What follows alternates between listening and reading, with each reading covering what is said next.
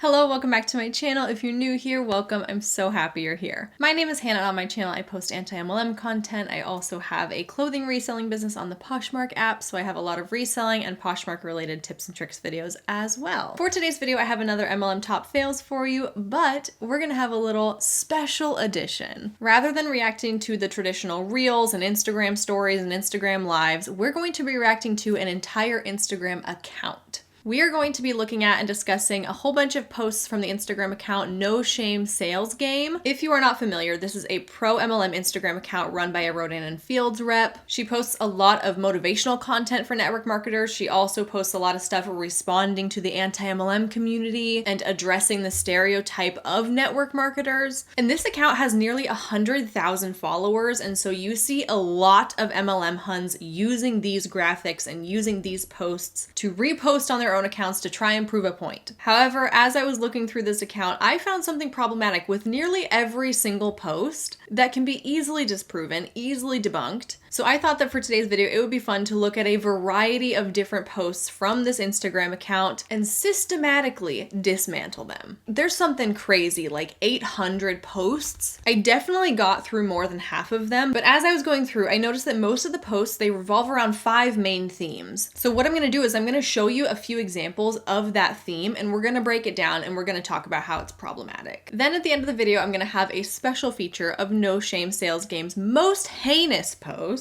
And then we're gonna wrap it up with a surprise bonus category at the very, very end, which I think you'll enjoy. So let's get into it. All right, so the first collection of posts. The cool thing about network marketing is that there's room at the table for anyone who wants a seat. If friends and family don't support your business and personal growth, it's because they know where you're from and they're upset they're still there. Just a friendly reminder that you have a business to build, and it's time to stop caring so damn much about what other people think of you. And finally, tune out the people who think you can't and choose to surround yourself with people who know you can. And I call this section brainwashing. This Instagram page is rampant with posts like this, perpetuating the idea that anybody can be successful in network marketing. And if there's people in your life that don't believe that, those are haters and they need to be cut out and ignored. We talk about this all the time as being a huge part of the culture in MLMs.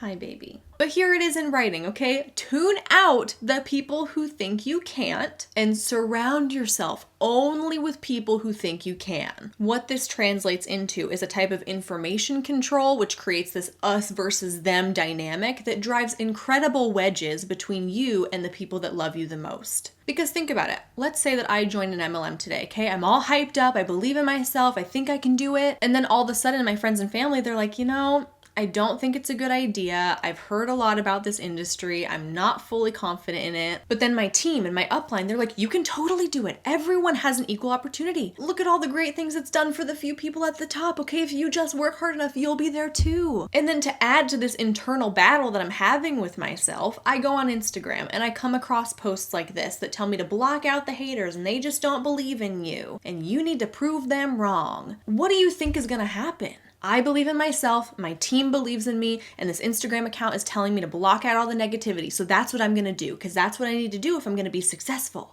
Which of course can have a super damaging effect on your relationships because now you're made to believe that the people closest to you just don't believe in you enough. But I always urge people to remember the motive. Who is going to have your best interest at heart? Is it going to be your loved ones who have heard some negative things about this industry and they're concerned for you and for your success? Or is it your upline that directly makes money off of you and they want you to stay as long as possible? Consider the source, remember the motive. On to our next category. I'd love to see a screenshot of the weekly screen time report of the person who thinks they're too busy for a side gig. Social selling needs to come with a trigger warning for people who don't like to work hard. If you feel salesy, it's not the business model, it's your approach. Success in direct sales is like working out. You can't show up once and leave with abs. That takes work. And here we have victim blaming. In other words, your failures in this industry are your fault and it's a result of your laziness and your work ethic. And honestly,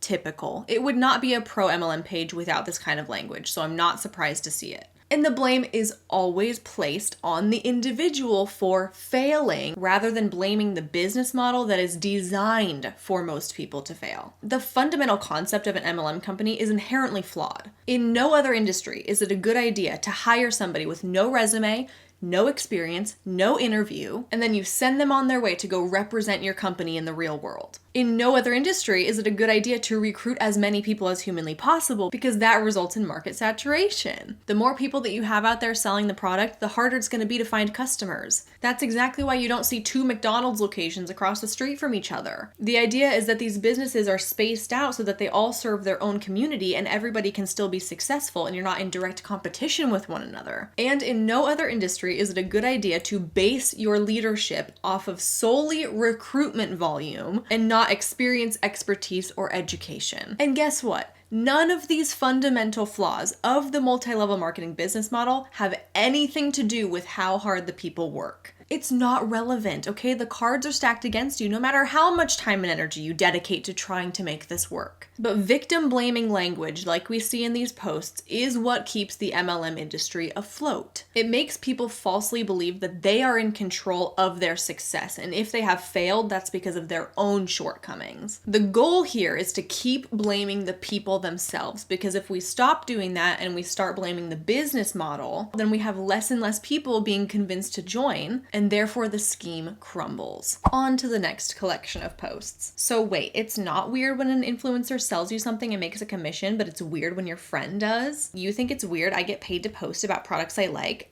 I think it's weird that you post about products you like for free. You think social selling is weird, but you're posting about holiday cups like Starbucks is paying you. They really love the word weird, don't they? All y'all out there thinking social selling is a scam, but posting about Squid Game like Netflix is paying you. I lovingly call this section, "You're already social selling for free." I don't know how many times I gotta say this, but it's not the same thing. Let's talk about promoting Starbucks or Squid Game, for example. Okay, let's get that out of the way first. People are allowed to share things they love on their social media platforms and not get paid for it. Not every single tiny aspect of someone's life has to be monetized. And if somebody is sharing something they love without the incentive of monetization, guess what? That's a genuine recommendation. And I don't mean to be rude, but when an MLM hun posts about their products and how wonderful they are, I don't believe a thing they say. And that's not because I don't think that they're a trustworthy person. It's just because I know that they're only posting about it because they're hoping to make a little bit of money off of it, and that if they weren't in an MLM, they wouldn't be recommending it. Maybe those supplements, that shampoo, that skincare, maybe it does work great for you. But I still don't trust your testimony because you have an ulterior motive. If we want to post a cute aesthetic picture of our holiday Starbucks cup, let us do that. We know you're just salty because we would rather spend our money on Starbucks than on your scam. Sorry, not sorry. And secondly, this post about how influencers make a commission on affiliate links, but we think it's weird when our friend does it. No. Multi-level marketing tries so hard to compare itself to like influencer and affiliate marketing, which is so wrong. It's honestly ridiculous. Here's the difference, okay?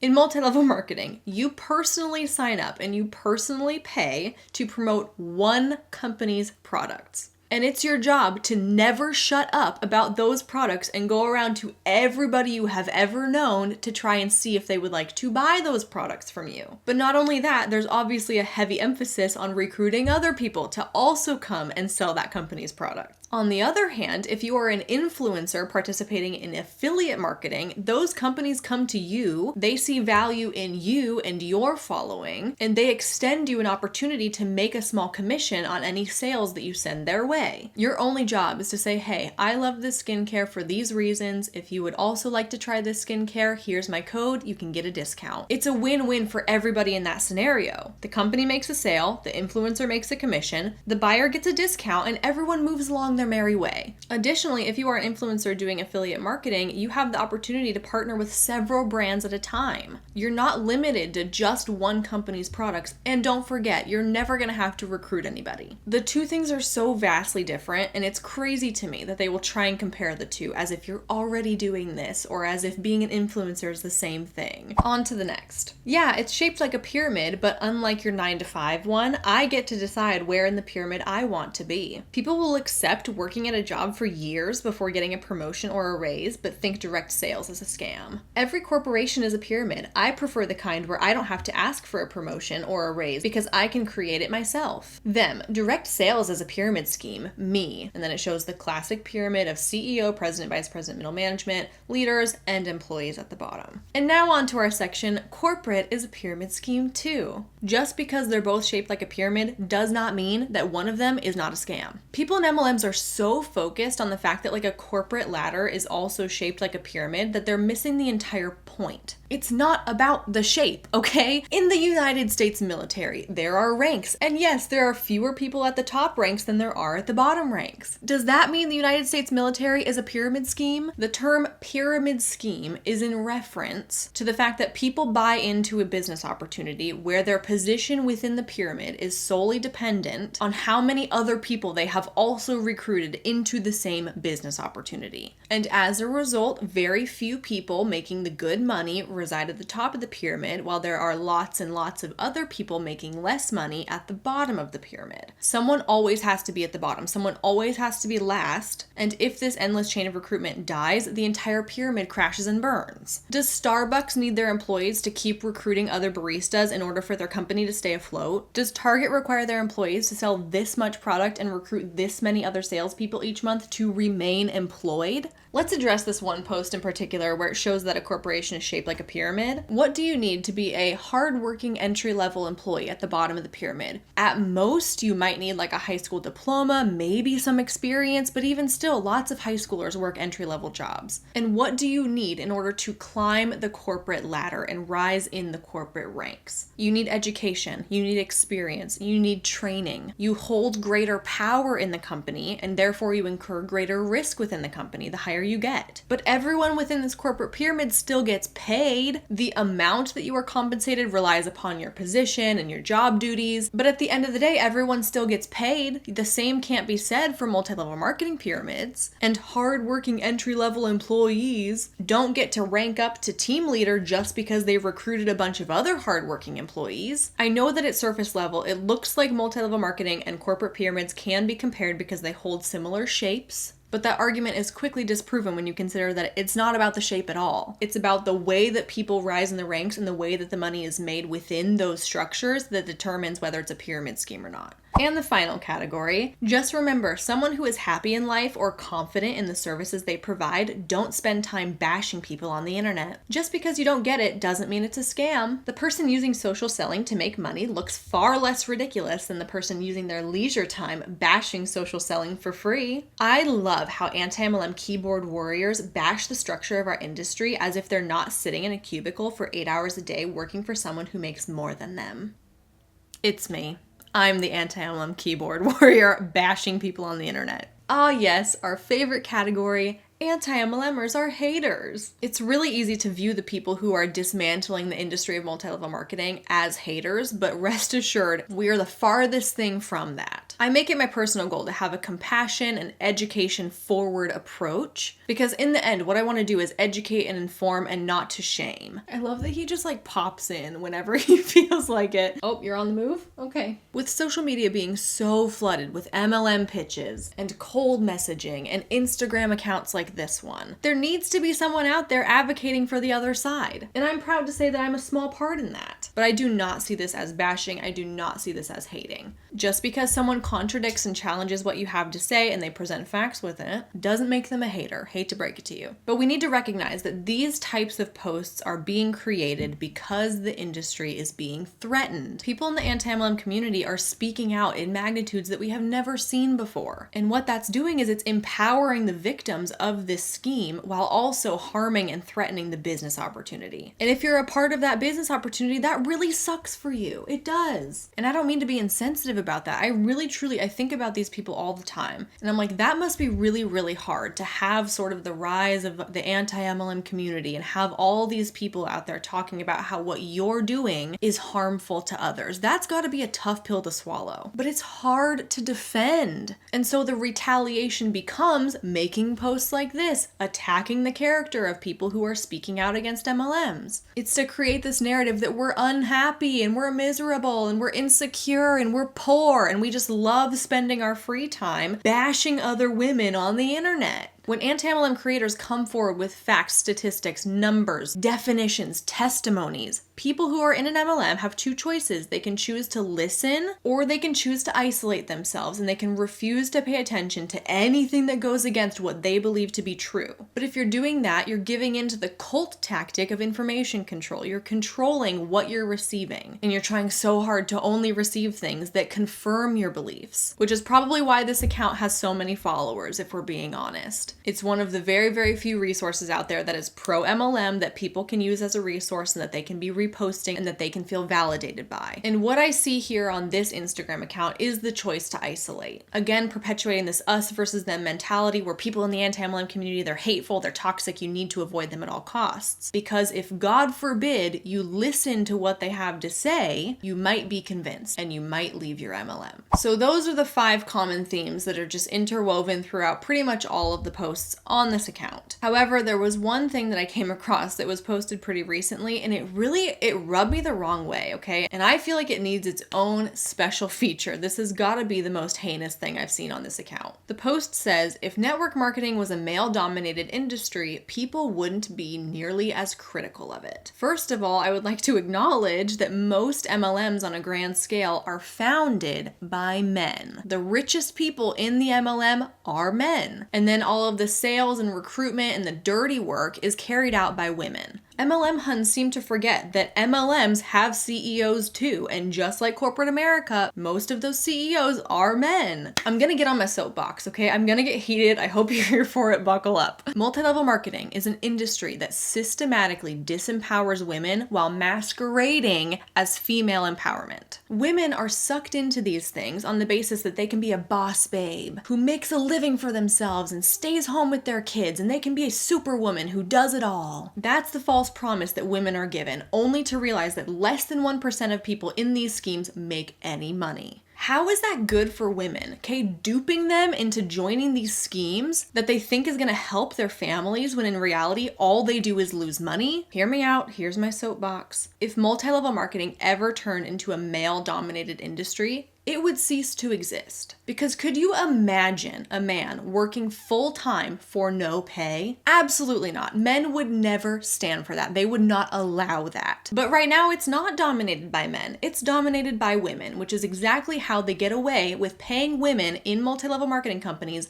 less than prison wages. You heard that right. The national average for prison wages across the United States is 63 cents an hour. And if you do the math based on any MLM's compensation plan, you will figure out that most people in that company are paid less than people in prison. And that is what they are pitching to women as the way to solve all of their problems and the way to provide financially for their families. I could literally cry. It's very, very infuriating. And it's infuriating to see posts like this because it's missing the entire point that people are only critical of multi-level marketing because we want what's best for women. We want women to be paid a livable wage. We want women to be empowered and provide for their families. We want women to be compensated for the work that they do. But multi-level marketing is the least effective way to do that. That's why we're critical. That's why we advocate against it. That is why we educate on the true numbers and the true statistics to prevent other women from falling victim to it. Okay, all right. That is all I have for that part. Wow. Clearly very worked up. I just cannot stand the argument that like people who are anti-MLM are women haters. I cannot deal. Anyway, on a more lighthearted note, I have a bonus category for you. Something very interesting that I noticed was happening as I was scrolling through No Shame Sales Game's Instagram. She seems to love to post the same thing over and over and over again. Here's the same exact post 3 different times, same exact caption. One was posted in June, the other in July, the next one in August. Same graphic here. She switched up with the captions. That's good. One in August, one in October. Same thing again with the corporate CEO pyramid. These 3 were all posted with the same graphic, same caption in April, July, and August. Ooh, she got sneaky. She changed the color of the background, but here's one from August, here's one from October. And this one, same caption, slightly different wording on the graphic and different colors. Thought we wouldn't notice. Psych. And why this is entertaining to me and why I'm choosing to show it to you is because at a certain point, there's only so much you can say to defend an MLM. There are only so many talking points that you can run through before you run out of defense mechanisms. There's such a limited number of things that you can say to people to try and convince them that being in an MLM is a good idea. And eventually you're just regurgitating the same thing over and over and over again. But she didn't even try, okay? A lot of the posts follow the same theme. Sometimes she might change a word or two, but in other cases just blatantly copy paste, thinks no one's gonna notice. And not to toot my own horn or anything here, but even the things that she does say, even the posts that she does make, can be so easily disproven, as I've tried really hard to do in this video. Even her very best points that she reposts over and over and over again can still have holes poked in all of them, and we can still prove that it's all a bunch of BS in the end. And with that, my friends, that is all that I have for you for this kind of special edition MLM Top Fails video. Thank you so much for watching. I really appreciate you, and I will see you in my next one real soon.